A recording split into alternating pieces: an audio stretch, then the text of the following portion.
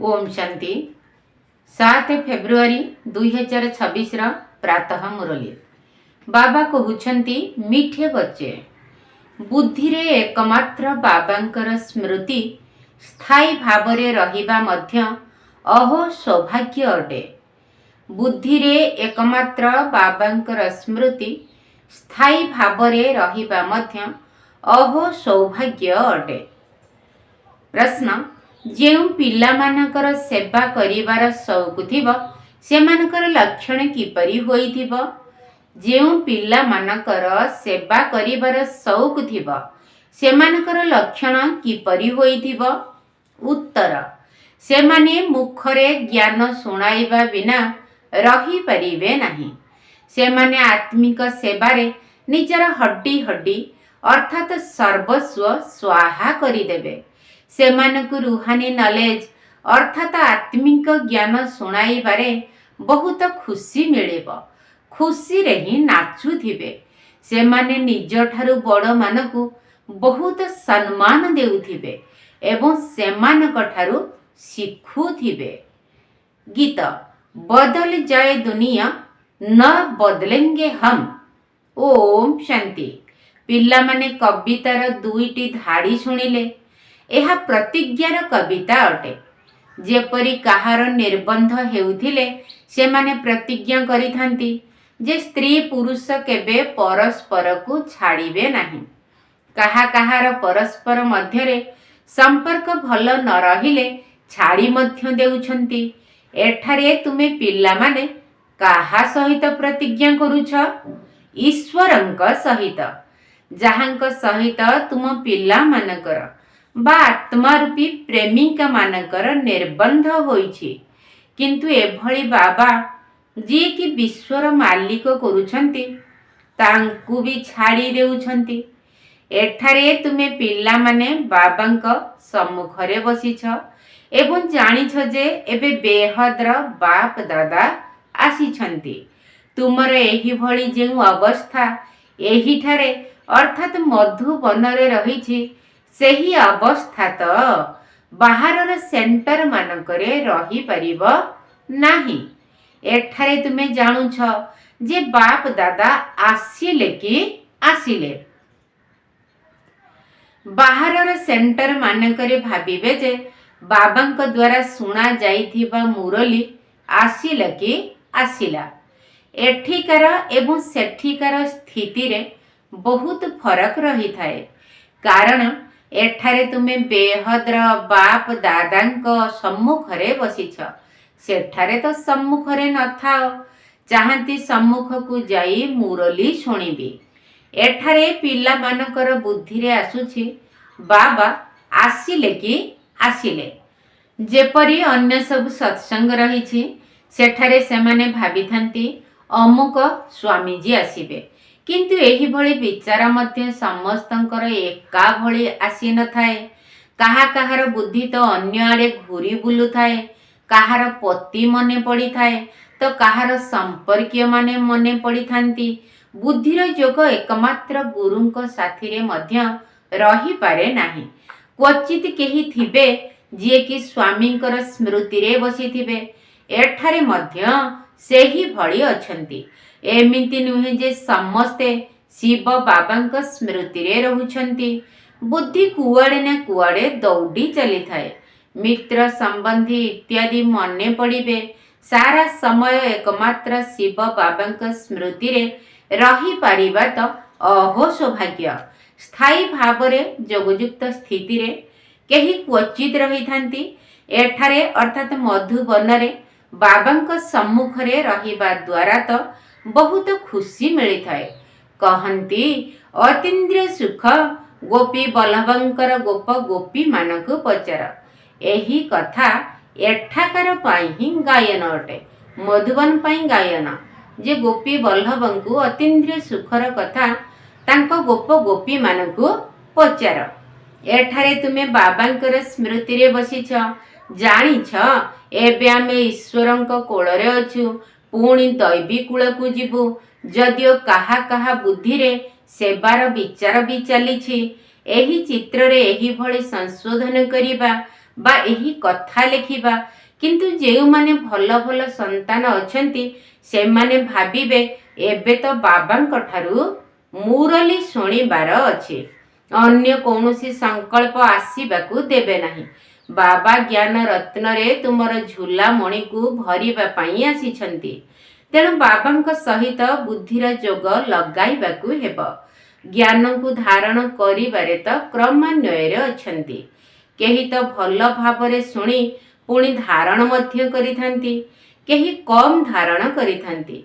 बुद्धि जोग अन्य आड़कू दौड़ुथिले ज्ञानर धारणा हेब नाही, कंचा होई रहिजिब। थरे दुई थर मुरली शुणिले धारणा जदि नहेला तेबे सही अभ्यास पक्का होइजिब। पुणी आउ जेते भी शुणिले धारणा हेब नाही, काहाकू शुणाई भी पारिब नाही। जाहार ज्ञानर धारणा होइथिब तांकर सेवा करिबार शौक मध्य रहिथिब। यदि बुद्धि रे ज्ञानर धारणा हेइगला ताहले अन्य को न बुझेइकी रही परिबे नाही। सी सर्वदा खुशी रे उछुळुथिबे जे ज्ञान अन्य मानको दान करुथिबे। से माने भाबिबे कि मु जाई ज्ञान धन दान करिबी, कारण एही धन केवल बाबांक व्यतीत आउ काहा पाखरे नाही। बाबा एक कथा मध्य जानिछंती जे समस्तंकर धारणा होई परिबो नाही, समस्ते एका भली उच्च पद पाई परिबे नाही। सेथिपई बुद्धि अन्य कुआडे घुरी बुलु थाए, भविष्यतरे तांकर भाग्य सेते उच्च होई पारे नाही। जी ज्ञान रत्न दान करुनाहंती तांकर भाग्य मध्य सेते उच्च होई पारे नाही। केही तो पुणी स्थूल सेवारे हाड़भंगा परिश्रम करिथांती, समस्तंकु संतुष्ट करिथांती, जेपरि भोजन प्रस्तुत करी खुआंती। एहा मध्य गोटिए विषय अटेना, जहाकू सेवार शौक थिब सीए ज्ञान न शुणाई रही परिब नाही। पुणी भी बाबा देखिथांती एहांक भितरे देह अभिमान नाही तो बड़ मानकू सम्मान देउछंती ना नाही। बड़ बड़ महारथी मानकू तो सम्मान देबाकू ही पड़िब। हाँ, केही केही सान माने मध्य अधिक योग्य होई जाइथांती, तेबे हुए तो बड़ मानकू मध्य तांको सम्मान देबाकू पड़िथाए, काहेकि ना तांकर बुद्धि शीघ्र एवं अधिक ज्ञान को धारण करिथाए। सेवार शौक थिबा देखि बाबा तो खुशी हेबे ना, कहिबे ये भल सेवा करि परिब। सारा दिन प्रदर्शनी उपरे बुझाइबार अभ्यास करिबा दरकार। प्रजा तो अनेक हुअंती ना, प्रजा तैयारी करिबार आउ तो कौनसी उपाय नहीं। सूर्यवंशी, चंद्रवंशी, राजा राणी प्रजा समस्ते एही ठारे ही हेबे, तेणु केते सेवा करिबा दरकार। पिला मानक बुद्धि रे ए कथा तो अछि जे एबे आमे ब्राह्मण होइछु, घर गृहस्थरे रहिबा द्वारा प्रत्येकंकर अवस्था तो अलगा अलगा रही थाए ना। घर द्वारा तो छाड़ीबार नाही। बाबा कहउछंती घरे पछे रुह, किंतु बुद्धि रे एही निश्चय करिबाकू हेब जे एही पुरुणा दुनिया तो विनाश हेला कि हेला, आमर एबे बाबांक सहित काम रहिछि ए कथा मध्य जानिच। कल्प पूर्वरु जेउ माने ज्ञान नेइथिले सेही माने ही नेबे। प्रति सेकेंड रे ड्रामार अविकल पुनरावृत्ति हेउछि। आत्मारे ज्ञान रही थाए ना, बाबांक पाखरे मध्य ज्ञान रही थाए। तुम संतान मानकु मध्य बाबांक भली हेबाकू पड़िब। ज्ञानर पॉइंट को धारण करिबाकू हेब। बुद्धि रूपी पात्र एतिकी स्वच्छ पवित्र हेउ जे बाबांकर ज्ञान धन गुड़िक सेथिरे धारण हेई परिब, बा बाबांकर ज्ञान आम बुद्धि रे प्रिंट हेई जाउथिब। एका थरकर सबु पॉइंट बुझा जाए नाही। विनाश मध्य सम्मुखरे दंडायमान। एहा सही महाभारी लड़ई। सत्ययुग त्रेता युगरे तो कौनसी लड़ई हुए नाही। ताहा परे जेतेबेले अनेक धर्म होई जांती, सैन्य बाहिनी आदि तैयारी करंती, तेबे जाई लड़ई आरंभ हुए। प्रथमे प्रथमे आत्मा माने सत्व प्रधान अवस्थारू तलकू खसी जाती, पुणी सत्व रजो तमो अवस्था आसी थाए। तेबे ए सब कथा मध्य बुद्धि रे रखिबाकू हेबो जे किपरि राजधानी स्थापन हेउछि। एठारे जेतेबेले बसुछ सेतेबेले बुद्धि रे रखिबाकू हेबो जे शिव बाबा आसी आमकू संपत्ति देउछन्ति, जाहाकू बुद्धि रे धारण करिबाकू हेबो। भल भल पिला माने मुरली को नोट करी थांती। लेखिबा तो भल कथा, लेखिबा द्वारा ज्ञानर विषय वस्तु सब बुद्धि रे आसीबो। आज एही टॉपिक उपरे बुझाइबी। बाबा कहउछन्ती मु तुमको केते संपत्ति देइथिली। सत्य युग त्रेता युग रे तुम पाखरे असरंती संपत्ति थिला, पुणी बाम मार्ग रे जीवा द्वारा ताहा कमी कमी गला एवं खुशी मध्य कमी बारे लागिला। केबेठारू? द्वापर युगरू किछि ना किछि विक्रम मध्य होई चलिला। तळकू खसी खसी कला कमी कमी चलिला। समस्तंकर अवस्था सत्व प्रधान सत्व रजो तमो देई गति करी थाए ना। समस्ते सत्वरू रजोको आसी थांती, किंतु एमिति नुहे जे तुरंत आसी जाई थांती, धीरे धीरे तळकू खसी थांती। तमो प्रधान अवस्था मध्य धीरे धीरे सीढ़ी ओह्लाई थाओ। कला कमी कमी जाई थाए, दिन को दिन कला कमी कमी चली थाए। एबे उपरकू उठिबाकू हेबो। तमो प्रधानरू सत्व प्रधान हेबार अछि, सेथिपाई समय मध्य दरकार। गायन मध्य अछि, चढ़िले चाखिब वैकुंठ रस, किंतु काम विकारर चापुड़ लागिगले एकदम चकनाचूर होई जाइथांती। हाड़ गोड़ भांगी जाई थाए, अर्थात सत्यानाश होई जाई थाए। सबुठारु मुख्य विकार हैला काम विकार। तेणु बाबा कहती काम को जीतिले जगत जीति हेबो। जदि काम विकार रे आमे फसी गले ताहले एकदम स्थिति चकनाचूर, हाड़ गोड़ भांगी मेंचा होई जाई थाए, अर्थात सत्यानाश होई जाई थाए। केही केही मनुष्य निजर जीवघात मध्य करि थांती। ताकू आत्मघात अर्थात आत्महत्या नुहे, जीवघात कुहा जाए। एठारे तो बाबांको ठारू वर्षा पाइबाकू हेबो, बाबांको मने पकाइबाकू हेबो। काहींकि ना बाबांको ठारू राजपद मिली थाए। तेणु निजको पचारिबा दरकार, मु बाबांको मने पकाई भविष्यत पई केते रोजगार करिछि, केते अंध मानकर लाठी होइछि। घरे घरे एही संदेश देबाकू हेबो जे एही पुरुणा दुनिया बदलिबाकू जाउछि। बाबा नुआ दुनिया पई राजयोग शिखाउछन्ति। शिड़ी चित्र रे ए सबुर स्पष्टीकरण रहिछि। एही चित्र सबु तैयारी करिबा पई परिश्रम करिबाकू पड़ी थाए। सारा दिन विचार चली थाए किभଳି एपरि सहज करी तैयारी करिबे जहा द्वारा कि केही भी बुझी पारिबे। सारा दुनिया तो एठाकू आसीबो नाही। सारा दुनिया कोन माउंट आबू जीव कि? देवी देवता धर्म धर्मर आत्मा माने ही आसीबे। तुमर सेवा तो बहुत बढ़ी चलिबो। बाबा कहले जो माने दैवी कुलर देवी देवता धर्मर आत्मा सही माने ही आसीबे। तुम्हें तो जानिछ आमर ही क्लास अर्थात पाठ पढ़ा केबे पर्यंत चलिबो। से माने तो कल्पर आयुष लक्ष लक्ष वर्ष बोली भाबुछंती। तेणु शास्त्र आदि सुनाई चलीछंती। भाबुछंती जेतेबेले शेष समय आसीबो सेतेबेले समस्तंकर सद्गति दाता आसीबे एवं जेउ माने आमर चेला होइथिबे सेमानकर मुक्ति होई जीवो। पुणी आमे मध्य जाई ज्योति रे मिसी जीवो। किंतु एमिति तो हेबो नाही। तुमे एबे जानिछ आमे अमर बाबांक द्वारा सच्चा सच्चा अमर कथा शुणुछु। तेणु सेही अमर बाबा जहा कहउछंती ताहा मानिबाकू मध्य पड़िबो। बाबा तो केवल एतिकी कथा कहउछंती, मोते मने पकाओ, पवित्र हुओ, नचेत दंड मध्य बहुत भोग करिबाकू पड़िबो। पद मध्य कम मिलिब।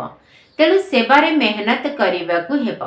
जेपरी दधीची ऋषिंकर उदाहरण रही आमे पढ़ती ना पुराण रे जे जेतेबेले वृत्रासुर उत्पात करुथिला देवगण को बाहर कर देइथिला दैवी दुनियारू इंद्र सभारू समस्त को विताड़ित कर स्वर्ग रे आधिपत्य विस्तार करिथिला।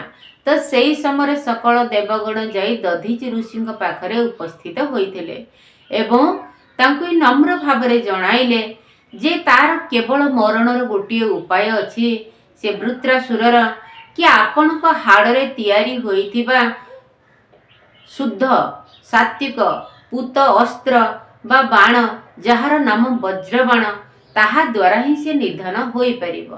तेणु देवगणकर ए नम्र निवेदन को स्वीकार करी दधीची ऋषि हसी हसी जोगाग्नि रे रही निजर शरीर को छाड़ी देइथिले एवं तांकरी हाड़रे ही वज्रबाण तैयारी हैला आ जहाकू स्वयं देवराज इंद्र निज कर कमल रे धारण करी वृत्रासुर को परलोक पठेई देइथिले बा तार हत्या तार मृत्यु होइथिला वज्रबाण द्वारा। तेणु बाबा कहउछंती जेपरी दधीची ऋषिकर उदाहरण रही तो सही दिन ठारू एही उदाहरण प्रचलित। सीए निजर हाड़ मध्य सेवारे देईदेले देवगण को रक्षा करने को जाई दधीची ऋषि निजर हाड़ मध्य विसर्जन निज जीवन को मध्य विसर्जन करदेले। निजर शरीरर मध्य चिंता न करी सारा दिन सेवारे रहिबा ताको कुहा जाए सेवारे हाड़ देबा अर्थात सर्वस्व स्वाहा करिबा। गोटिए हेला शारीरिक परिश्रमर सेवा आउ गोटिए हेला कठिन आत्मिक सेवा। आत्मिक सेवाधारी माने आत्मिक ज्ञान ही शुणाउथिबे ज्ञानर धन दान करी खुशी रे नाचुथिबे। दुनिया रे मनुष्य जेउ सेवा करूछंती ताहा सबु हेला शारीरिक सेवा। शास्त्र शुणाउछंती ताहा तो कौनसी आत्मिक सेवा नुहे। आत्मिक सेवा तो केवल बाबा ही आसी शिखाउछंती। आत्मिक पिता ही आत्मिक संतान मानकु पाठ पढ़ाउछंती। तुमे पिला माने एबे सत्य जुग नुआ दुनिया को जीवा पाई प्रस्तुत हेउछ। सेठारे तुम द्वारा कौनसी विकर्म हेब नाही ताहा हेउछि ही राम राज्य स्वर्ग। सेठारे तो बहुत कम लोक रहिबे। एबे तो रावण राज्य रे सब दुखी अटंती ना। एही ज्ञान मध्य तुम मानक बुद्धि रे पुरुषार्थर क्रम अनुसार रही। एही सीढ़ी रे चित्र रे ही सारा ज्ञान आसी जाउछि। बाबा कहउछंती एही अंतिम जन्म पवित्र हुआ तेबे पवित्र दुनियार मालिक हेब। तुमको एही भली बुझाइबाकू हेब जे जहा द्वारा मनुष्य मानकू जना पड़ी जीव जे आमे सत्व प्रधान रु तम प्रधान होई जाइछु। पुणी यही जोगर यात्रा द्वारा ही सत्व प्रधान हेबु। देखिले ही बुद्धि रे आसीब एही ज्ञान आउ काहा पाखरे नाही। पचारिबे एही सीढ़ी चित्र रे अन्य धर्मर समाचार बा विवरणी काहीं तार सबु विवरणी एही सृष्टि चक्रर चित्र रे लेखा जाइछि। अन्य धर्मर आत्मा माने तो नुआ दुनिया रे आसुनाहांती सेमानकु शांति मिली जाउछि अर्थात सेमाने शांति धाम को चली जाउछंती। भारतवासी ही स्वर्ग रे थिले ना। बाबा मध्य भारत को आसी राजयोग शिखाउछंती। सेथिपाई भारतर प्राचीन योग समस्ते शिखिबाकू चाहुछंती। एही सबु चित्ररु सेमाने निजे निजे बुझी जिबे जे वास्तव रे नुआ दुनिया रे केवल भारत ही थिला। निजर धर्म को मध्य बुझी जिबे जदिओ जीशुख्रीष्ट धर्म करिबा पई आसीथिले किंतु वर्तमान समय रे सिए मध्य तमो प्रधान अटंती। एहा रचयिता एवं रचनार केते विशाल ज्ञान अटे। तुमे कहि पारिबो आमकु कहार टंका पैसार आवश्यकता नहीं। आमे पैसा कौन करिबु तुमे मध्य शुण एवं अन्य मानक मध्य शुणाओ। एही चित्र आदि छपाओ। एही चित्र माध्यम रे सेवा करिबार अछि। हॉल तैयारी करि दियो जेउठी एही ज्ञान शुणा जाई परिबो। बाकी आमे पैसा नहीं कौन करिबु तुमर ही घरर कल्याण हेउछि। तुमे केवल व्यवस्था कर। बहुत लोक आसी कहिबे जे एठारे जो रचयिता एवं रचनार ज्ञान मिलुछि ताहा तो बहुत भल। एही कथा को ही मनुष्य माने बुझी जिबा दरकार। विदेशी माने एही ज्ञान सुनिबा को बहुत पसंद करिवे, बहुत खुशी हेबे, भाबिबे आमे मध्य बाबांक सहित जोग लगाइबु, तेबे आमर विकर्म मध्य विनाश हेब। समस्तको बाबांकर परिचय देबाकू हेब। समय आसीब समस्ते बुझी परिबे जे एही ज्ञान तो ईश्वरंक बिना केही देई परिबे नाही। कहउछंती खुदा भगवान ही बहिस्थ अर्थात स्वर्ग स्थापना करूछंती, किंतु सीए किपरि आसंती ए कथा काहाकू जणा नाही। तुम मानकर कथा सुनी खुशी हेबे एवं पुरुषार्थ करी जोग शिखिबे। तम प्रधान रु सत्व प्रधान हेबा पाई पुरुषार्थ करिबे। सेवा करिबा पाई तो बहुत विचार चलिबा दरकार। भारत भितरे योग्यता देखाइले बाबा बाहर को मध्य पठाइबे। एही मिशन अर्थात सेवार संगठन बाहर को मध्य जीव। एबे तो समय अछि ना, नुआ दुनिया तैयारी हेबारे कोन डेरी लागिबो कि? जदि केउठी भूमिकंप आदि हेउछि सेठारे 2-3 वर्ष भितरे पुणी एकदम नुआ घर आदि तैयारी करी देउछंती। जदि कारीगर बहुत थिबे, सबु जिनिस प्रस्तुत थिबो, तेबे नुआ घर तैयारी करिबा पई कोन डेरी लागिबो कि? विदेश रे घर सब किपरि तैयारी हुए? मिनिट मोटर अर्थात निमिषक मध्यरे खूब कम समय भितरे तैयारी होई जाए। तेबे स्वर्ग दुनिया रे केते शीघ्र तैयारी हेउथिबो? जदि एठी एबे एते शीघ्र हो जाउछि तो भाबंतु थरे जे स्वर्ग रे केते शीघ्र सबु घर तैयारी हो जाउथिबो। सुना रूपा आदि तुमको बहुत मिल जाउछि। खणी मानकरु तुमको सुना चांदी आदि बहुत मिल जाई थाए। जहार कला कौशल सबु एबे शिखुछंती। विज्ञानर केते अहंकार चलीछि। एही विज्ञान पुणी सेठारे कामरे आसीबो। जेउ माने एठारे शिखुछंती से माने सेठारे जन्म नेई एही विद्या को कार्य रे लगाइबे। सेही समय रे तो सारा दुनिया नुआ होई जाई थाए। रावण राज्य समाप्त होई जाई थाए। 5 तत्व मध्य नियम प्रमाणे सेवा करिथांती। कोठी? सत्य जुगरे सबु नुआ, दुनिया सतप्रधान, प्रकृति सतप्रधान, प्रकृति मध्य दासी, 5 तत्व मध्य सेवाधारी। दुनिया स्वर्ग रे परिणत होई जाई थाए। सेठारे एभली कौनसी उपद्रव हुए नहीं, कारण रावण राज्य ही न थाए। सबु किछि सत्व प्रधान थाए। सबुठारु भल कथा हेला जे तुम पिला मानकर बाबांक सहित बहुत स्नेह रहिबा दरकार। बाबा ज्ञान रूपक संपत्ति देउछंती, जहाकू धारण करी अन्य मानकू दान देबाकू हेब। जेते दान देव सेते संपत्ति बढ़ी बढ़ी चलिब। ए ज्ञान धन एमिति एक धन जहाकू बांटिले बढ़े, बांटिले सरेनी। जदि सेवा न करिब तेबे धारणा किपरि हेब? बुद्धि रे सेवार विचार चलिबा दरकार। सेवा तो बहुत बहुत होई परिब। दिन को दिन उन्नति होई होई चलिब। निजर मध्य उन्नति करिबाकू हेब। अच्छा, मीठा मीठा शिकिल दे संतान मानक प्रति माता पिता बाप दादांकर मधुर स्नेह संपन्न शुभेच्छा एवं सुप्रभात। आत्मिक पितांकर आत्मिक संतान मानक नमस्ते। आम आत्मिक संतान मानकर आत्मिक बाप दादांकु नमस्ते नमस्ते नमस्ते एवं सुप्रभात। धारण पाई मुख्य सार प्रथम पॉइंट, सर्वदा एही रुहानी सेवारे तत्पर रहिबाकू हेब। ज्ञान धन दान करी खुशी रे नाचिबाकू हेब।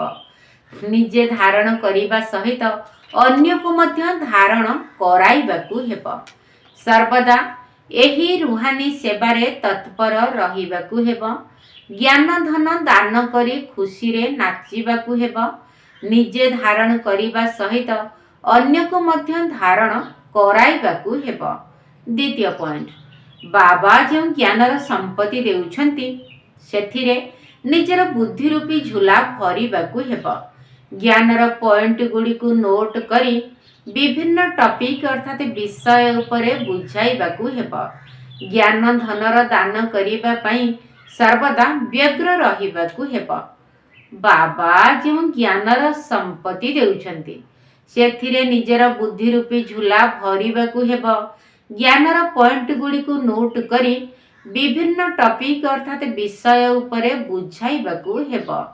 ज्ञान धनर दान करिबा पई सर्वदा व्यग्र रहिबाकू हेबो। वरदान सत्यतार महानता द्वारा सदा सर्वदा खुशीर झुलणारे झुलुथिबा अधिकारी स्वरूप भव। सत्यतार महानता द्वारा सदा सर्वदा खुशीर झुलणारे झुलुथिबा अधिकारी स्वरूप भव। सत्यतार अधिकारी स्वरूप पिलामानंकर गायन हेला सच तो बिठो नच, अर्थात सत्य अछ तेबे खुशी रे नाच। सत्यतार नाव टळमळ हेब किंतु बुड़ी पारिब नाही। तुम मानकु मध्य जी जेते भी हलचल करिबा पई चेष्टा करू किंतु तुमे सत्यतार महानता द्वारा आहुरी अधिक खुशीर झुलणारे झुलुछ। से माने तुमको हलचल करू नाहंती बरं तुमर झुलणा को झुलाउछंती। एहा हलाइबा नुहे झुलाइबा अटे। सेतिपाई तुमे सेमाने को धन्यवाद दियो जे तुमे एही भली झुलाउ थाओ। आमे बाबांक सहित झुलु थाउ। स्लोगन जदि सर्वशक्तिर लाइट सर्वदा साथी रे रहिथिब तेबे माया निकट को आसी पारिब नाही। जदि सर्वशक्तिर लाइट सर्वदा साथी रे रहिथिब तेबे माया निकट को आसी पारिब नाही। अव्यक्त इशारा एकता एवं विश्वासर विशेषता द्वारा सफलता संपन्न हुआ। एकता स्वच्छता सूक्ष्मता मधुरता एवं मन वाणी कर्मरे महानता एही पांचोटी जाक कथा समस्तंक भितरे प्रतिपादरे देखा जाओ। बाबा कहले एकता स्वच्छता स्पष्टता मधुरता एवं मन वाणी कर्मरे महानता ए पांचोटी जाक कथा समस्तंक भितरे प्रतिपादरे देखा जाओ। तेबे सहजरे बाबांकर प्रत्यक्षता होई जीव। एबे पर्यंत संस्कार रे जेउ भली भिन्नता देखा जाउछि सेगुडी को एकता को आनिबाकू हेबो। तेणु एकता आनिबा पाई हेले परस्परर मत को सम्मान दियो। आज्ञा हाँ कहिबा सहित निजर विचार मध्य निश्चित दियो। तापरे एकतार बंधन रे बांधी होई जाओ। एही भली एकता ही सफलतार आधार अटे। अच्छा ओम शांति।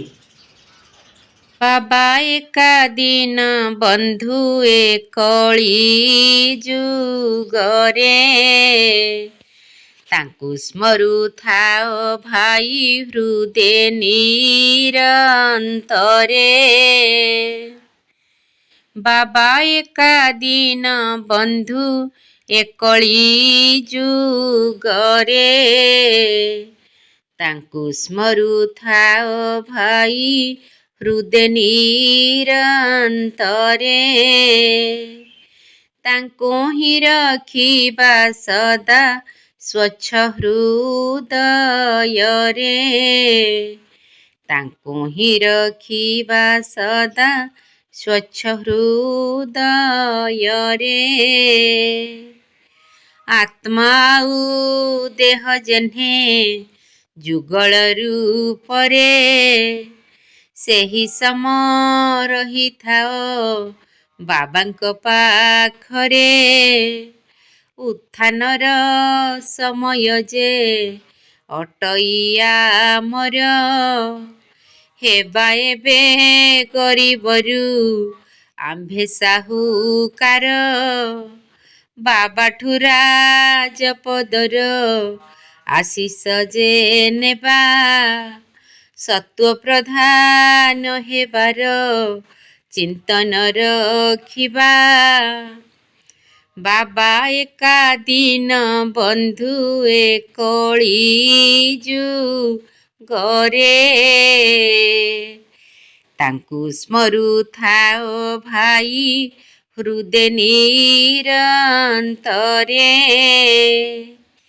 ତାଙ୍କୁ ହିଁ ରଖିବା ସ୍ୱଚ୍ଛ ହୃଦୟ କନ୍ଦରେ ଆତ୍ମା ଆଉ ଦେହ ଯେହ୍ନେ ଯୁଗଳ ରୂପରେ ଡ୍ରାମାର ଯେ ଆଦି ମଧ୍ୟ ଅନ୍ତର ଜ୍ଞାନକୁ ବୁଦ୍ଧିରେ ରକ୍ଷିଣ ତ୍ୟାଗ କର ହେ ଚିନ୍ତାକୁ ବାବାଙ୍କର ସହଯୋଗୀ କରିଦେ ନିଜକୁ ଖୁସିରେ ରହିଣ ଚିନ୍ତ ନୂଆ ଦୁନିଆକୁ ବାବା ହିଁ ତ ଦିନ ବନ୍ଧୁ ରହନ୍ତି ଊର୍ଦ୍ଧ୍ୱରେ ତାଙ୍କୁ ଏକା ରଖ ନିଜ ଅନ୍ତର ଭିତରେ ଆତ୍ମା ଆଉ ଦେହ ଯେହ୍ନେ ଯୁଗଳ ରୂପରେ